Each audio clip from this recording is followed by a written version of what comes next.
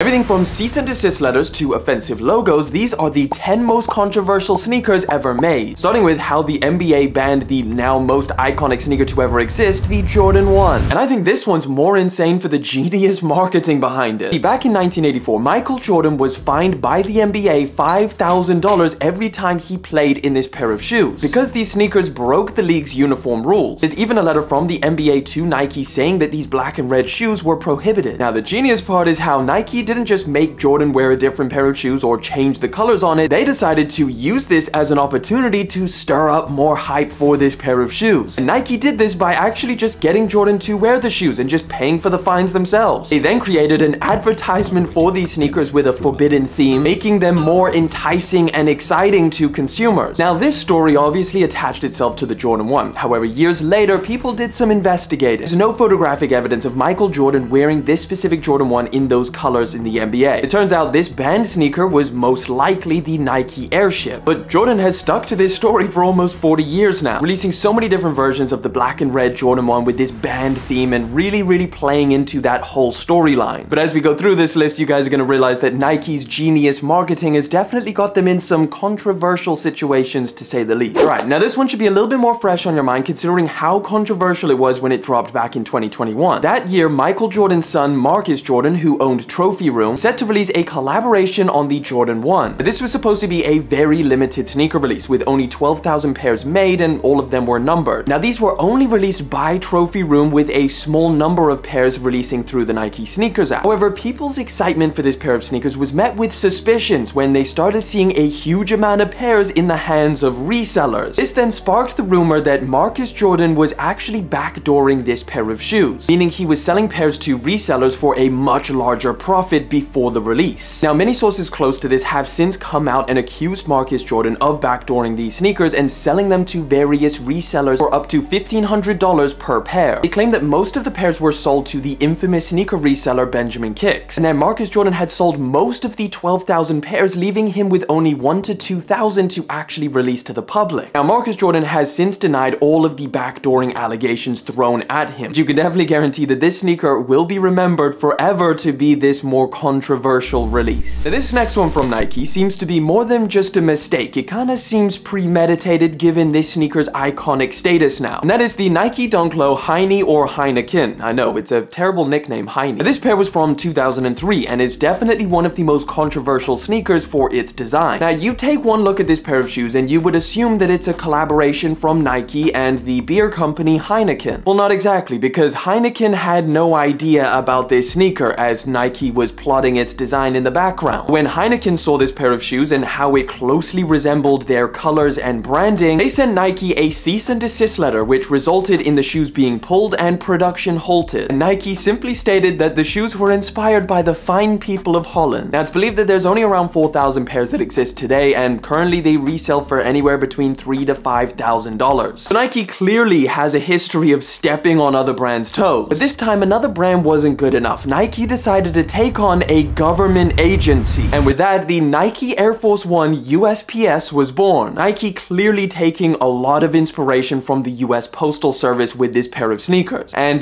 they weren't happy about it. They threatened legal action and stated that sales of unauthorized and unlicensed products deny support to the hard-working women and men of the Postal Service. They also called Nike hypocrites for ripping off their intellectual property when they hawkishly pursue legal action against brands that imitate their IP. Now, the really weird thing about all of this is that just a month later, the USPS made a statement saying that they had come to terms with Nike and will make this sneaker an officially licensed product. And the two of them went ahead and released this sneaker. Now, to really showcase Nike's hypocrisy, this next one will give you an idea of what happens when the shoe is on the other foot. And we're taking a little trip to hell with this one. That's right, the Lil Nas X Satan shoe caused absolute uproar when it released in 2021. The brand Mischief teamed up with the rapper to release a sneaker literally inspired by Satan himself. Only 666 pairs were made and sold for $1,018. This being a reference to a biblical passage, Luke 10:18, which reads, "I saw Satan fall like lightning from heaven." Now, these sneakers were covered in pentagrams and satanic imagery and most notably blood. That's right, a single drop of real human blood was taken and placed in the midsole along with the red ink. Now, these shoes were so controversial controversial that they immediately exploded out of the sneaker niche and went mainstream. Almost every major news network was reporting on this pair of shoes. Now, people noticing that the sneaker itself was a Nike Air Max 97 started accusing Nike of being a part of all of this. Now, Nike responded saying that they did not design or release this sneaker and they do not endorse it. And they also responded to Mischief and Lil Nas X by taking them to court. But by that point, the shoes had already sold out and been sent to influencers. But Nike won the lawsuit, resulting in the judge ordering Mischief to block shipments and buy back their own sneakers to remove them from circulation. There's people who decided to keep a hold of this pair of shoes and it is reselling out there somewhere on the internet. If we take it back a few decades to a sneaker that Nike released in the late 90s, they actually got a ton of backlash for being offensive to the Muslim community. Another Nike sneaker, another drama attached to it. The Nike Air Bacon was a basketball sneaker that immediately got people super upset. And this was because of the logo on the back of the sneaker, which looked very familiar to the Arabic text for Allah. Now, Nike tried to patch this problem up, literally by including a patch with the pair of shoes to cover up the logo. This didn't go over well with the Muslim communities, and Nike was forced to pull an estimated 38,000 pairs from circulation, hitting them where it hurts the money. Now, even though this list is overwhelmingly filled with Nike's controversies, Adidas has had their fair share too. And this next shoe was right at the beginning of the end of their most profitable collaboration, that of course being the Yeezy collaboration, which ended with Adidas cutting ties with Kanye West. Now, last year, images surfaced online of a one-piece foam slide called the Elliot 22. Now, people already saw the resemblance between this pair of slides and the Yeezy slide. It wasn't until Kanye West addressed them, then they became a lot more controversial. Ye called out Adidas on social media for blatantly copying his Yeezy designs, calling the Elliot 22 a fake Yeezy made by Adidas themselves. Now, Adidas never addressed this and decided to release the slides anyway. Kanye then continued this and called out Adidas for multiple other things, including the Adidas Adi Foam Q, an Adidas-made foam sneaker which bears resemblance to the Yeezy Foam Runner. Now, this obviously escalated far past sneakers, Kanye West making multiple statements, eventually leading to Adidas cutting ties with him and ending the collaboration entirely. Now, Kanye West is part of this next one, but Adidas isn't. Now, before the incredibly popular Yeezy and Adidas collaboration, Kanye had a little spell over at Nike, releasing some Air Yeezy sneakers. But the most controversial sneaker from this collaboration actually happened after Nike and Kanye split ways. The Nike Air Yeezy Red October was one of the most anticipated sneaker releases back in 2013. Ye was wearing the sneakers, getting people hyped up for the release. But as the year went on, Nike and Kanye West's relationship started eroding. Ye started taking shots at Nike in different interviews. He then stopped wearing the sneakers altogether, leading people to wonder what's going on behind closed doors. And in December that year, it became official. Adidas announced that they were going to be collaborating with Kanye West to create the new Yeezy line. And then people gave up on the hopes that the Nike Air Yeezy 2 would actually release. But very unexpectedly, Nike decided to just release them through a Twitter link. Literally in February of 2014, they posted a link saying that the Nike Air Yeezy 2 is now available. This being one of the most random sneaker releases and ends of a partnership. Right, next up, let's take a look at what's considered to be the most forbidden sneaker of all time. The legendary double bootleg sneaker taking on two giants, Nike and Big Tobacco. The Air Menthol 10 from 2006, created by designer Ari Saul as a social experiment. Now, the sneaker itself took inspiration from Nike's Air Force One and the colors on the pair of shoes from Newport Tobacco Company. Now, the logo is actually pretty fitting. Funnily enough, it's not just an upside down Nike swoosh. This is the Newport Tobacco Company logo. Only 252 pairs were ever made, and they were sold in a box modeled after a cigarette carton. Now, obviously, you know what happened next when the two giants saw this pair of sneakers. Nike hit Ari with a cease and desist letter, and then Newport started getting involved too, and they were inevitably banned. Now, another Nike sneaker that was banned, but this time for being part of a new world record. Back in 2019, Elliot Kipchoge became the first man in history to run a sub 2-hour marathon. And the shoes he was wearing, the Nike Alpha Fly. Now, people and even scientists were claiming that this pair of shoes was giving Elliot an unfair advantage. Now, the running shoes had 3 carbon fiber plates in them. They were also stacked 40 millimeters high of foam. And just 3 months later, the shoes were banned when the World Athletics brought in new regulations that no shoe could have more than 1 carbon fiber plate. The regulations also included that the midsole has to be under 40 millimeters. Now, Nike ended up making a version of this pair of shoes that falls within the regulations, coming in at just 39 millimeters with the foam stack. And it also also only has one carbon fiber plate. And to check out the most futuristic sneakers in the world, that video's there, or to find out the insane reasons behind why these sneakers were cancelled, that one's there.